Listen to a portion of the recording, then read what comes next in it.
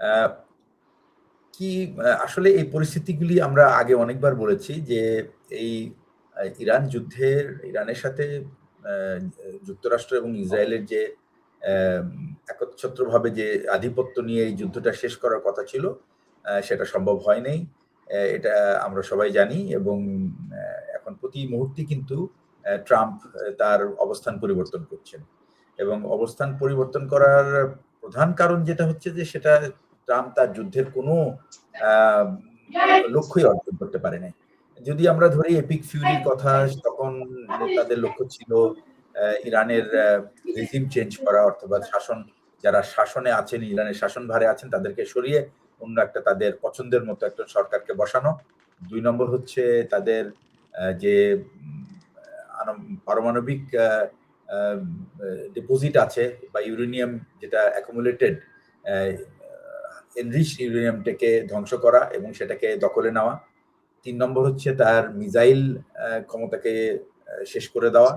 এবং সেই সাথে আহ, ইরানের ইরানকে এক ধরনের আত্মসমর্পণ করাতে বাধ্য করা। এটা এই এই যুদ্ধটা শুরু হয়েছিল, তার প্রধান কারণ ছিল যে ইসরায়েলের যে 7টা দেশকে, সেভেন ওয়ার তারা বলে আর কি, এই 7টা দেশকে তারা অস্থিতিশীল করে মধ্যপ্রাচ্যে একচ্ছত্র অধিপতি হতে চায়। এবং আমেরিকা আজকে যে ভূমিকায় আছে, সেই ভূমিকাটা অ্যাকচুয়ালি তারা নিতে চায়। এটাই ছিল তাদের উদ্দেশ্য। হুম এবং তাদের সর্বশেষ প্রজেক্ট ছিল ইরানকে এলোমেলো করে দেওয়া এবং ইরানের শাসনভার গ্রহণ করা। এবং এক ধরনের আপনি যদি খেয়াল করে দেখেন যে আমরা পেছন থেকে যদি যাই, তা লাস্ট ইরানের আগের যে দেশটাকে তারা অস্থিতিশীল করেছিল সেটা হচ্ছে সিরিয়া। এবং সিরিয়াতে এখন হুম এক ধরনের বিভিন্ন ফ্র্যাকশনের উপরে সিরিয়ার নিয়ন্ত্রণ, এক একজনের, নর্থের দিকে একজন, সাউথের দিকে আরেকজন। সুতরাং যদিও কেন্দ্রীয় সরকার বলা হচ্ছে যে তারা মার্কিন নিয়ন্ত্রণাধীন, কিন্তু এখন দেখা যাচ্ছে যে তাদের সাথে তারা কিন্তু অ্যাকচুয়ালি তুর্কিদের ইনফ্লুয়েন্সড। আচ্ছা, হুম লিবিয়াতে দেখেন একটা এক ধরনের গৃহযুদ্ধ, সুদানকে তারা দুভাগ করে ফেলেছে। তারা প্যালেস্টাইন তো আগেই অ্যাকচুয়ালি প্যালেস্টাইনের অস্তিত্বকে অস্বীকার করেছে। এরপরে তারা সোমালিয়াকে অস্থিতিশীল করেছে। সুতরাং তাদের সপ্তম প্রজেক্ট ছিল ইরাকের পরে তাদের সপ্তম প্রজেক্ট ছিল ইরান। কিন্তু এই ইরানকে অস্থিতিশীল করার প্রজেক্ট বহুদিন আগে থেকে, আজ থেকে 40 বছর আগের যে প্রচেষ্টা নেতানিয়াহুর ছিল, যে ইউএস প্রেসিডেন্টদেরকে রাজি করানো, ইরানের একটা সামরিক অভিযান চালানো।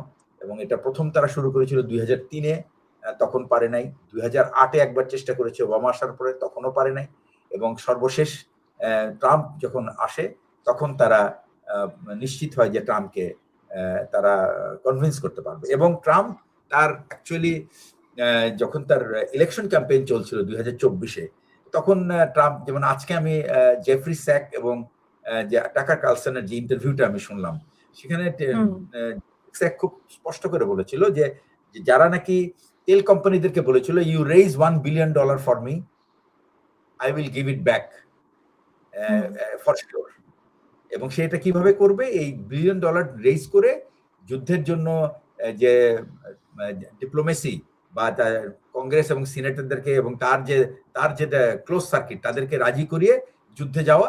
এবং যুদ্ধে তারা তেল ক্ষেত্র দখল করার পরে সেখান থেকে তারা এটা রিকভার করবে। এবং এইটা এটা এটাকে খেয়াল রেখে কিন্তু একটা তারা কোম্পানিও খুলে ফেলেছে। এবং তারা বলেছিল যে ইরানের যে তেল, এই তেলকে বিক্রি করে $50 ট্রিলিয়ন তারা বের করবে এখান থেকে, এবং তাদের এই কোম্পানিতে ইনভেস্ট করবে। এটা একটা বিটকয়েনের মতো একটা কোম্পানি। আমি এক্স্যাক্টলি হুম নামটা ভুলে গেছি, বাট এটাই ছিল তাদের উদ্দেশ্য। আচ্ছা, এইটা যখন এবং মাদুরোকে যখন তাকে অপহরণ করা হলো এবং ভেনেজুয়েলার তেল ক্ষেত্র দখল করার পরে তাদের মনে হলো যে ইরানকেও তারা এইভাবেই এরকম ভাবেই তাদের শাসন ব্যবস্থাকে বা তাদের যে ধর্মীয় নেতা তাদেরকে মেরে ফেলে, তাদেরকে ক্যাপচার না করলেও তাদেরকে মেরে ফেলে, বা সরকারে যারা আছে তাদেরকে মেরে ফেলে এবং দেশে একটা কেওয়াস সৃষ্টি করবে, এবং এরপরে তারা তাদের এই সমস্ত তেল হুম ক্ষেত্রগুলি দখল।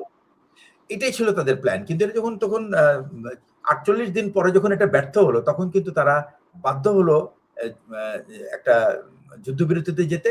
এটার প্রধান কারণ হচ্ছে যে ইউএস এর প্রায় 15টা বেজে যে পরিমাণ ধ্বংস হয়েছে, এই ধ্বংসের ফলে এই বেসগুলিকে যদি রিক্রিয়েট করতে হয়, তাহলে তাদের প্রায় $3 থেকে $4 ট্রিলিয়ন ডলার দরকার হবে। আবার একই সাথে তাদের যে ইন্টারসেপ্টরদের ক্যাপাবিলিটি,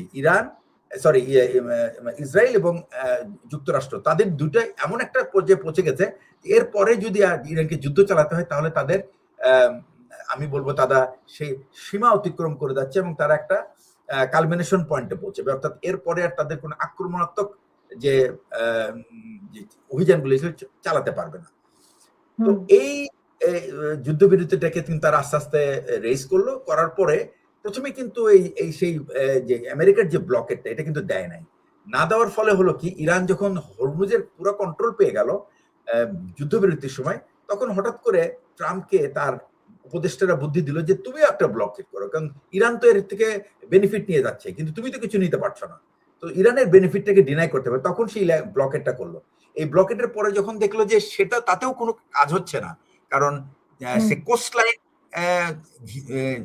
দিয়ে ইরানের সমস্ত তেল রপ্তানি করছে, তখন সে তার যে তৃতীয় এয়ারক্রাফট ক্যারিয়ার সেটাকে আনলো। এই প্রথমবারের মতো আমি বলবো যে 1996 সালের পরে এই প্রথমবারের মতো 3টা এয়ারক্রাফট ক্যারিয়ারকে তারা এই ব্লকেটের জন্য এনেছে, কিন্তু তারপরেও এটাতে কোনো কাজ হয়নি, কারণ চায়না যে পরিমাণ সাহায্য ইরানকে করেছে এই ব্লকেট এড়ানোর জন্য, বা কারণ এই ইরানের যে তেলের প্রধান ক্রেতা 90% তেল কিন্তু যায় চায়নাতে, সুতরাং চাইনিজ কোনো শিপকে ইন্টারডিক্ট করার ক্ষমতা বা তাদেরকে বাধা দেওয়ার ক্ষমতা ইউএসএ নাই, বিকজ ইউএসএ কে এটা একটা স্পষ্ট তার রাজনৈতিক মহল থেকে, তার ইভেন অ্যাডমিনিস্ট্রেশন থেকে বলা হয়েছে নো কেস চায়নার সাথে আমরা কোনো কনফ্লিক্ট এই মুহূর্তে যেতে পারি। তো এরকম একটা অবস্থায় ট্রাম্পের আর অ্যাকচুয়ালি কি করণীয় আছে, তখন সে ভাবলো যে আমি তো আর কিছু করতে পারছি না, এখন আমি একটা অ্যাটেম্প নেই, সেটা হলো প্রজেক্ট ফ্রিডম, যেটা দিয়ে আমি স্কট করব। তো স্কট করার প্রথম দিনেই কিন্তু এর একটা চরম হুমকির সম্মুখীন হয়, যেটা হলো ইউএস শিপ 121, যাদেরকে উদ্দেশ্য করে এই আপনার আইআরজিসির সেই নেভাল উইং বলেছে যে তোমরা যদি স্ট্রেট অফ হরমুজ থেকে যদি না সরে যাও তাহলে কিন্তু আমরা তোমাদেরকে আমরা আক্রমণ করব।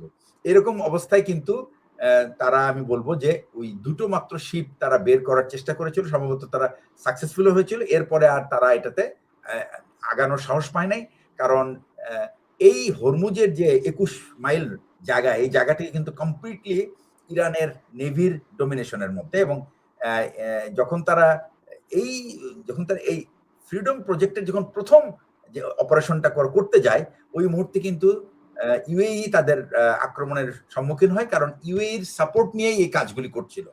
তো এটার পরে কিন্তু জিসিসি দেশগুলি কিন্তু খুব স্পষ্ট করে আমেরিকাকে বলেছে যে এই জায়গায় তুমি আর হাত দিবা না এবং তুমি বরং সরে যাও, তুমি অন্য কোনো রাস্তা দেখো। তখন সে পাকিস্তানের প্রাইম মিনিস্টারের অজুহাত দিয়ে সে বললো যে এপিক ফ্রিডমও আমি প্রজেক্ট ফ্রিডম আমি বন্ধ করলাম, এখন আমরা একটা নতুন শান্তি প্রস্তাব পেয়েছি, আমরা এটার উপর কাজ করছি, আমরা শীঘ্রই আমরা হয়তো এটার একটা একটা সমঝোতায় পৌঁছাতে পারবো, সমাধানে আসবো, ধরনের সমঝোতা হতে পারে। এখন যে সমঝোতাটা হবে সেই সমঝোতাটা হবে ইরানের টার্মসে, যে ইরান জেসিপিও এগ্রিমেন্টের সময় যে সমস্ত ক্লজ ছিল সেই ক্লজগুলি কি এখন আর এটা প্রযোজ্য না, এবং তারা যেহেতু ইরান জানে যে হরমুজ তার নিয়ন্ত্রণে এবং পুরো মধ্যপ্রাচ্যের বিভিন্ন, বিশেষ করে কিংডমস, তারা সবাই ভীত সন্ত্রস্ত, আমেরিকার কোনো যথেষ্ট তাদের এয়ার কাভার নাই, এয়ার ডিফেন্স কাভার নাই, সুতরাং তারা, আমি বলবো, একটা খুব লোভনীয় একটা লক্ষ্যবস্তুতে পরিণত হয়েছে। সুতরাং যে কোনো ধরনের মিলিটারি এসকালেশন, ইরান আগেই বলেছে যদি ইরানের উপর এরপরে আক্রমণ করা হয় এবং ইরানের লিডারশিপের উপর যদি আক্রমণ করা হয় তাহলে মধ্যপ্রাচ্যের কোনো রাজা বা কোনো আমির বেঁচে থাকতে পারবে না। বলছে 6টা দেশের আমির এবং কিংস, তাদেরকে আমরা প্রথমে তাদের প্রাসাদ মানে টিকে থাকবে না জমির উপরে। এটার পরে তারা সবাই মিশিয়ে দিবে, যেটা ট্রাম্পের ভাষায় আর কি। তারাও বলেছে যে এটা কারণ তোমাদের জায়গা ব্যবহার করে আমেরিকা এবং ইসরায়েল আমাদের উপর আক্রমণ চালাবে, আমি তো এটাকে মেনে নিতে পারি না, সুতরাং আমার টিকে থাকার জন্য আমার যা করা দরকার তাই করবো। এবং এটা আমেরিকানরা জানে যে গত 48 দিন পরে যখন তারা টের পেল যে তাদের পক্ষে অ্যাকচুয়ালি ইনল্যান্ড অপারেশন, যেটা তারা তাদের ভাষা হলো বুটস অন দ্য গ্রাউন্ড করে অ্যাকচুয়ালি ইরানে তারা সুবিধা করতে পারবে না। ইরান এত বড় একটা দেশ, ইরাকের মতো দেশ প্রায় 6 লক্ষ আমেরিকান ট্রুপসকে ব্যবহার করতে হয়েছে। আমেরিকার ট্রুপসই আছে 1.3 মিলিয়ন। তার মানে যদি আমি ম্যাথমেটিক্যাল ক্যালকুলেশনও যাই, তারপরেও শুধুমাত্র আমেরিকার ফোর্স ইজ নট এনাফ। এক। ২ নম্বর হচ্ছে যে আমেরিকার এই যুদ্ধে ইউরোপ একেবারে সায় দেয় নাই। তারা তো রীতিমতো মানে বিরক্ত হয়ে পড়ে। কারণ এই যে পরিস্থিতি, আজকে যে অবস্থায় যদি হরমুজ খোলা হয়, এটা তো যুদ্ধের আগেই ছিল। তাহলে এই যুদ্ধটা করে সারা পৃথিবীকে এইভাবে পিছিয়ে দেওয়ার উদ্দেশ্যটা কি?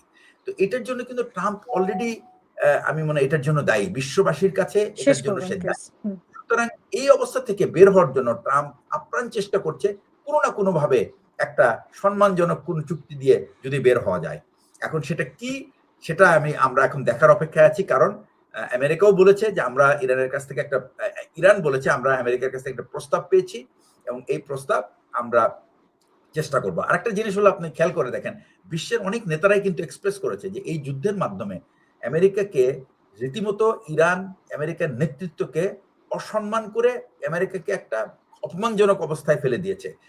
তার প্রথম এক্সাম্পল হলো সেকেন্ড রাউন্ড টকের সময় যখন নাকি জেডি ভ্যান্স আসার কথা ছিল, ইরানের পররাষ্ট্রমন্ত্রী বলে দিয়েছে যে আমরা তাদের সাথে বলবো না, এবং সেই কথা বলে তার যে প্রস্তাব সেটা পাকিস্তানকে দিয়ে সে মস্কো চলে গেছে তার পুতিনের সাথে দেখা করতে।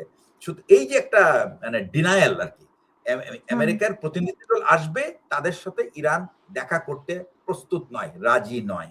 সুতরাং এরকম একটা অবস্থায় আমেরিকার মান সম্মান একেবারে ধুলোয় মিশানো। আমেরিকা কূটনৈতিকভাবে এক কর্নার হয়ে গেছে সারা পৃথিবীর কাছে। সে এখন একটা, এবং এমনকি আমেরিকার যারা ট্রাম্পকে যারা ক্ষমতায় এনেছে তাদের কথা হচ্ছে যে আমেরিকা হলো এমন একটা রাষ্ট্র যারা এই পৃথিবীর 38 মিলিয়ন মানুষকে হত্যার জন্য দায়ী, এবং এর অধিকাংশই হলো সিভিলিয়ান। তো এই দায়ভার নিয়ে আমেরিকা এখন সারা বিশ্বের কাছে প্রচারিত, এবং তাদের পরিচয় হলো তারা সাধারণ মানুষকে হত্যাকারী জাতি হিসাবে, হত্যাকারী নেশন হিসাবে পরিচিত। আমরা এইভাবে পরিচিত হতে চাই না। তো এইটার অসংখ্য কারণে ধন্যবাদ। ট্রাম্প তার ইন্টারনালি রাজনৈতিকভাবে অত্যন্ত চাপের মুখে, আন্তর্জাতিকভাবে সে একঘরে হয়ে গেছে, এবং এই মুহূর্তে ইরানের যে অবস্থান সারা পৃথিবীতে, এবং ইরান এটা ধরে রাখতে চায়, তাদের প্রতি অহেতুকে আক্রমণ করা হয়েছে এবং তাদের সাধারণ মানুষ মারা গেছে। তার প্রথম দিনে 148 জন শিশুকে হত্যা করে তারা কিন্তু এটা প্রমাণ করেছে যে তারা আসলে একটা কিলার নেশন। তো এই অবস্থায় ট্রাম্প এখন আছে, এবং এখন ট্রাম্পের জন্য যে কোনো ধরনের অফার ট্রাম্পের কাছে জন্য এটা একটা ফেস সেভিং একটা সলিউশন দরকার। এই জন্যই কিন্তু সে এই অবস্থায় আছে, এবং এটা অবশ্য আমি জানি এটা ইসরায়েল মেনে নিতে চায় না। ইসরায়েল কিন্তু সুযোগ খুঁজতে থাকবে আবারও ইরানের উপরে কোনোভাবে আক্রমণ করতে, এবং তাদের একটাই লক্ষ্য যে ইরানের যে ইউরেনিয়াম আছে এটাকে ধ্বংস করতে হবে। এই বলে আমি আপাতত এই জায়গায় আমি একটা দিই। জি। অসংখ্য